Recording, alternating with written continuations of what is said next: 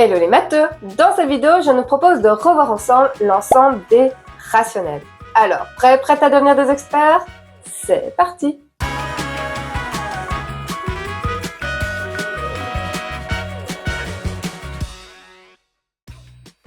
Bienvenue dans cette nouvelle vidéo de Math Expert. Aujourd'hui, nous allons nous intéresser à l'ensemble des rationnels. Que sont ces nombres et qu'ont-ils de particulier? C'est ce que nous allons revoir ensemble. Alors, installe-toi confortablement, n'hésite pas à prendre des notes et c'est parti pour devenir des experts. On nous parle de nombres rationnels, mais concrètement, quels sont les nombres concernés? Eh bien, nous retrouvons deux types de nombres. Dans l'ensemble des rationnels, nous retrouvons tous les nombres sans virgule et certains nombres à virgule. Les sans virgule sont nos amis, les naturels et les entiers. Donc, tous ces nombres positifs ou négatifs sans virgule. 0, 1, 2, 3, etc. Mais aussi moins 1, moins 2, etc. J'en profite pour rappeler que 0 est le seul nombre à être à la fois positif et négatif. Et du côté des nombres à virgule, on ne les prend pas tous. Nous prenons uniquement les limités, c'est-à-dire ceux dont la partie décimale s'arrête à un moment donné, comme par exemple 1,3, moins 12,7891, ou encore 108,452. Et nous prenons aussi les illimités, mais uniquement ceux avec une période. On parle alors des illimités périodiques, comme par exemple moins 10,2222, etc., 51,032828, etc., ou encore moins 35,151, 684, 684, etc. La partie décimale ne s'arrête jamais, d'où illimité. Il y a une infinité de chiffres derrière la virgule et en plus, nous pouvons observer qu'un chiffre ou plusieurs chiffres se répètent à l'infini, toujours dans le même ordre. C'est ce qu'on appelle la période, d'où périodique. Voyons voir si tu es déjà au clair avec cela. Je vais te proposer une série de nombres et tu devras dire si oui ou non il s'agit d'un rationnel. Commençons avec moins 10,17. C'est un rationnel puisqu'il s'agit d'un limité. Après le 7 derrière la virgule, il n'y a plus de chiffres. Donc, limité, c'est rationnel. 29. C'est effectivement un rationnel puisque c'est un nombre naturel, un nombre sans virgule. Et tous les nombres, sans exception, qui n'ont pas de virgule, sont des rationnels. 0,2333, etc. C'est un rationnel, il est illimité et périodique puisque le 3 se répète à un moment donné indéfiniment. Moins 108. Rationnel puisqu'il s'agit d'un entier. Pi. Alors pi n'est pas un rationnel. Son écriture décimale, c'est 3,14, 15, 92, 6, 5, etc., etc. C'est un nombre décimal où il n'y a pas de période, donc ce n'est pas un rationnel. Moins 12,5157,2. C'est un rationnel puisqu'il s'agit d'un limité. Moins 4,617132, etc. Ce n'est pas un rationnel parce qu'en tout cas avec le morceau, la partie décimale que nous voyons, il n'y a pas de période. Pas de période, pas rationnel. Et on termine avec moins 2,896868, etc. Et oui, c'est un rationnel puisque nous avons une période, c'est 68 qui finit par se répéter indéfiniment et exactement dans le même ordre. L'ensemble des rationnels contient donc les naturels, les entiers, les limités et les illimités périodiques.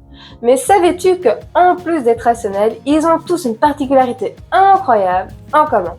Ils peuvent tous s'écrire sous la forme d'une fraction. C'est d'ailleurs l'ultime condition pour être un nombre rationnel.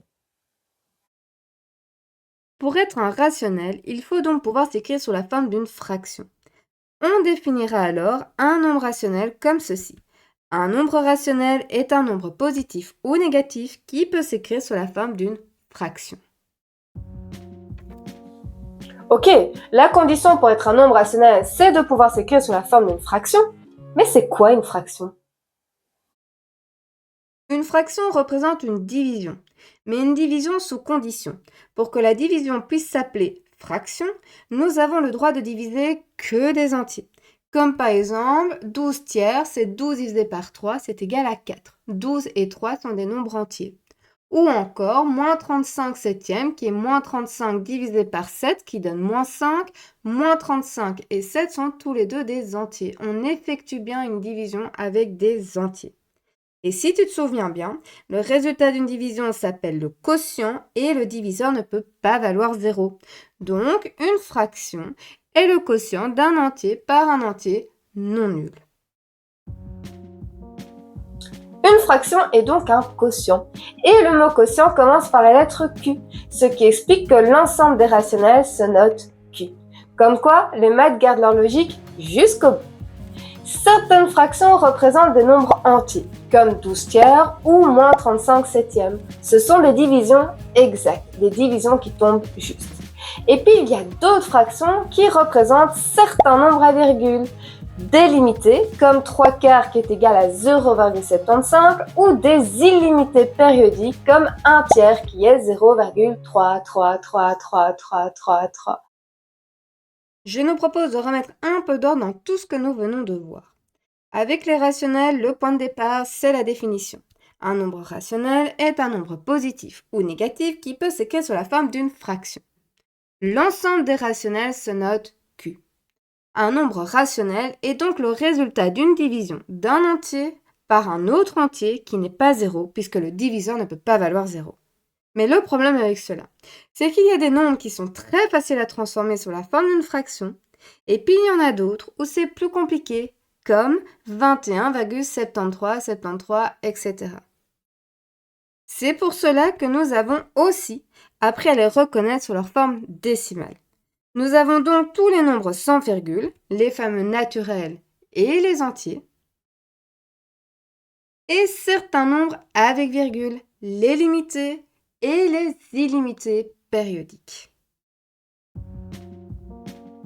Et maintenant, on va voir si tu as tout retenu, parce que je vais te tester avec un petit exercice. Prête? Je vais à nouveau te proposer une série de nombres. À toi de dire s'il s'agit d'un nombre rationnel ou pas. Et commençons avec moins 17 cinquièmes. C'est un rationnel puisque nous avons bien une fraction, moins 17 et 5 sont bien des nombres entiers. Ensuite, 45,6792,8, etc. Ce n'est effectivement pas un rationnel puisqu'il n'y a pas de période dans la partie décimale que nous voyons. Ensuite, 3 demi. C'est un rationnel puisque 3 et 2 sont bien des entiers, donc 3 demi est bien une fraction. Moins 9,136262, etc.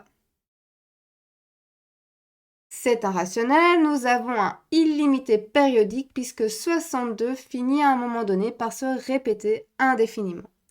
Ensuite, 7,2 onzièmes. C'est un rationnel. Alors tu vas te dire, mais 7,2 c'est pas un nombre entier et tu as entièrement raison. Mais si tu reprends la définition d'un nombre rationnel, c'est qu'il peut s'écrire sous la forme d'une fraction. Le fait d'avoir utilisé le verbe peut, de pouvoir, ça veut dire qu'on a une possibilité de transformation. Est-ce que 7,2 onzièmes, je peux la transformer sous la forme d'une fraction? Et la réponse est oui, parce que si je multiplie le numérateur 7,2 et le dénominateur 11 par 10, eh bien je n'ai plus de virgule. Ça donnera 72 110e qui est bien une fraction. Donc, ce quotient peut s'écrire sous la forme d'une fraction, c'est donc un rationnel. Suivant, moins 1,41421356, etc. C'est un nombre illimité, mais il n'y a pas de période, donc ce n'est pas un rationnel. Ensuite, moins 18,93. C'est un rationnel puisque c'est un limité. Après le 3, il n'y a plus de chiffre derrière la virgule. Et enfin, 3,3166247, etc.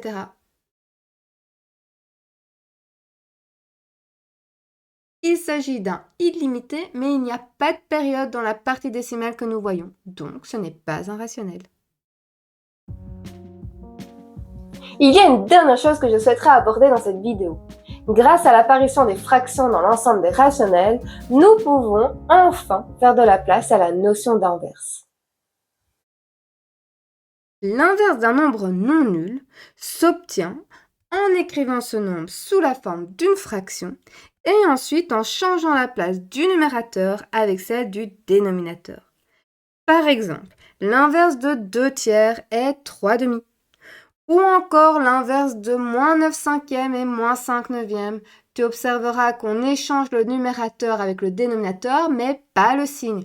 L'inverse d'un nombre positif est positif et l'inverse d'un nombre négatif est un nombre négatif.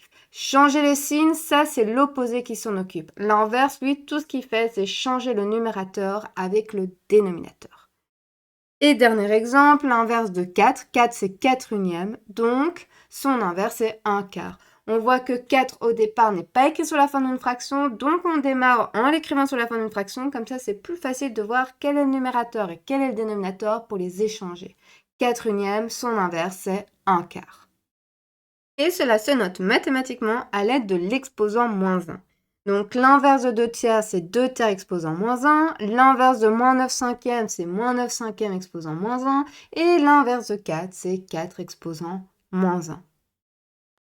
Comme il faut changer la place du numérateur avec celle du dénominateur, 0 est le seul nombre qui n'a pas d'inverse. Parce que 0, c'est 0 sur 1. Et si je prends l'inverse de 0 sur 1, ce sera égal à 1 sur 0. On échange le 0 avec le 1. Mais le problème, c'est que le dénominateur ne peut pas valoir 0, puisqu'on ne peut pas diviser par 0. Donc, ce n'est pas possible, et l'inverse de 0 n'existe pas, ce qui explique l'inverse d'un nombre non nul. Je te propose de terminer cette vidéo avec un dernier exercice, à toi de déterminer l'inverse de ces différents nombres. Prends une feuille et de quoi écrire, appuie sur pause pour te laisser le temps de réfléchir à ton aise, et quand tu seras prêt ou prête à entendre la correction, il te suffira simplement d'appuyer sur play pour relancer la vidéo.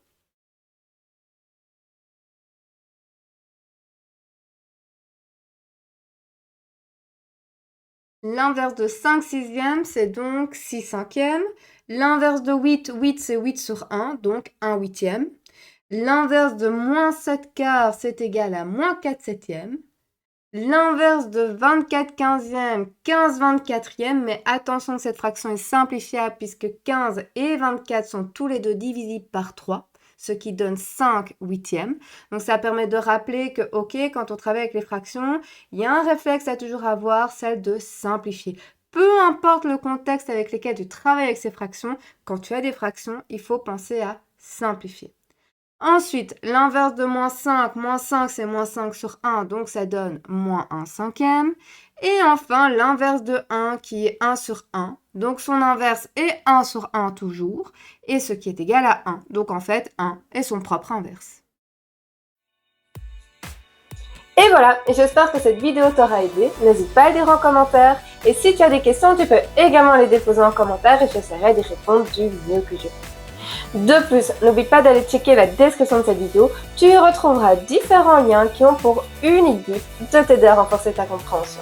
Car la règle d'or pour réussir en mathématiques reste toujours la même, faire régulièrement des exercices à la maison. Quant à moi, je te dis à très bientôt pour une prochaine vidéo.